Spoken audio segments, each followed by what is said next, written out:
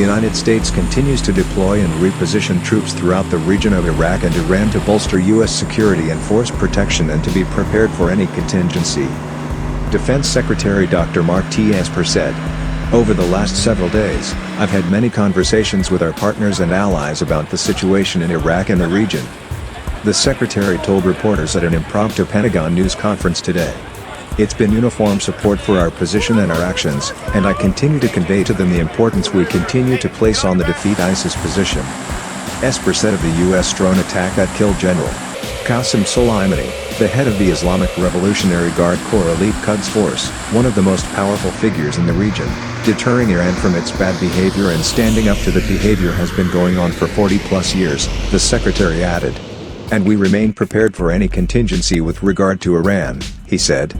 The U.S. message is that the ball is in Iran's court, and the United States encourages Iran to de-escalate the situation, Esper said, adding that the United States is open to discussing issues and having a more normal relationship with Iran. "But if Iran chooses to go the other path, we are prepared to deal with that and will respond forcefully," he said. No decision whatsoever has been made for the United States to leave Iraq, the secretary said, re-emphasizing the U.S. commitment to Iraq to defeat ISIS and noting the escalation of attacks by Iranian and proxy groups attacking U.S. forces. In recent months, the secretary said, nearly a dozen such attacks took place, escalating in size, scale and types of weapons, including one attack that killed an American. Esper said the Iranians fired 31 rockets that weren't meant to harass, but were designed to kill people and destroy things. "Then we had the siege of the embassy," he added. He called the strike that killed the Quds force leader a matter of self-defense carried out to protect Americans. "When we looked at this operation, we knew there would be consequences. We knew there'd be risks," said Army General Mark A. Milley, the chairman of the Joint Chiefs of Staff, who joined Esper in briefing reporters. "We didn't take any of it lightly. We knew we'd have to address the posture of U.S. Central Command troops for force protection in the immediate aftermath of this particular strike operation. How do you expect us not to respond when they've been killing our people for 20 years? Esper asked. "Soleimani alone has the blood of hundreds of Americans, he's wounded thousands of American coalition partners. He is a terrorist, a leader of a terrorist organization who's been killing and attacking Americans for 20-some years, and the blood is on his hands. Soleimani was planning attacks on American forces," Esper said. "This whole narrative that's being turned around is silly," he added. "We knew his history, and importantly, we knew his future," Milley said, noting that while the evidence cannot be discussed, the evidence was compelling that Soleimani was planning, organizing and synchronizing significant combat operations against U.S. military forces in the region, and it was an imminent decision-making event. "We would have been culpably negligent to the American people had we not made the decision we made," the general said. "But even with Soleimani dead," he said, "it doesn't mean the strike eliminated all threats. There's still significant risk operating throughout the Middle East, and specifically in Iraq," Milley said.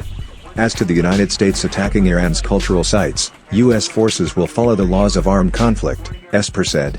Milley also addressed an unsigned letter from Marine Corps Brigadier General William H. Seeley, the commanding general of Task Force, Iraq, that was addressed to Iraq's defense ministry. The letter was a draft that was sent out unintentionally, the chairman said. It addressed plans to withdraw American troops from the region, per the Iraqi parliament vote over the weekend to send U.S. troops home. And it was composed because the U.S. military is moving forces around, Milley said. "We have increased helicopter movement in Iraq between Baghdad and Taji and other camps and stations, and we are bringing in forces from Kuwait," he explained. "So there are increased levels of U.S. troops movements in rotary wing helicopters. The draft was sent to the Iraqis to get their feedback," Milley said. "The long and the short of it is, that, it was an honest mistake by people trying to do the right things in highly dynamic situations. It should not have been sent."